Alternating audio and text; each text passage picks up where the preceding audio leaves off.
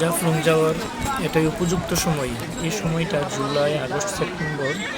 এই সময়টাতে জাফলংয়ের সৌন্দর্যটা পুরোপুরি উপভোগ করা যায়।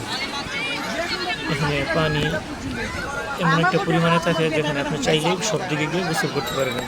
আর পানিটা এতই স্বচ্ছ যে পানির নিচের সব কিছু দেখা যায়। এই কারণে এখানে সবাই গোসল করতে নামে। যেহেতু পাথর ভর্তি পানি, তাই এই কারণে পানিটা এত স্বচ্ছ থাকে। অনেকে মায়াবী ঝর্ণা দেখতে যান, যে নৌকা এই 0 পয়েন্ট থেকে মায়াবী ঝর্ণার দূরত্ব নৌকায় গেলে হাইয়েস্ট 4 থেকে 5 মিনিট লাগবে। এখানে 100 টাকা করে ভাড়া নিয়ে নেই।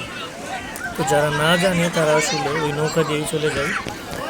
আর বিশেষ করে হাইটা যদি যান তাহলে আপনি সৌন্দর্যটা উপভোগ করলেন, আর নৌকা ভাড়া 100 টাকা বেছে দিলেন। কারণ অনেকে আছে 10 জন 20 জন একসাথে যায়, তো নৌকা দিয়ে গেলে অনেক টাকা চলে যায়।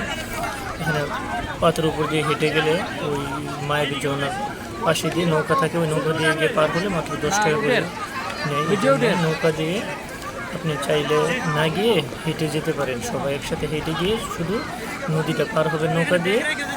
এখানে 10 টাকা করে ভাড়া নিয়ে নেয়। আবার অনেকেই সাঁতার কেটে নদী পার হয়ে যায়।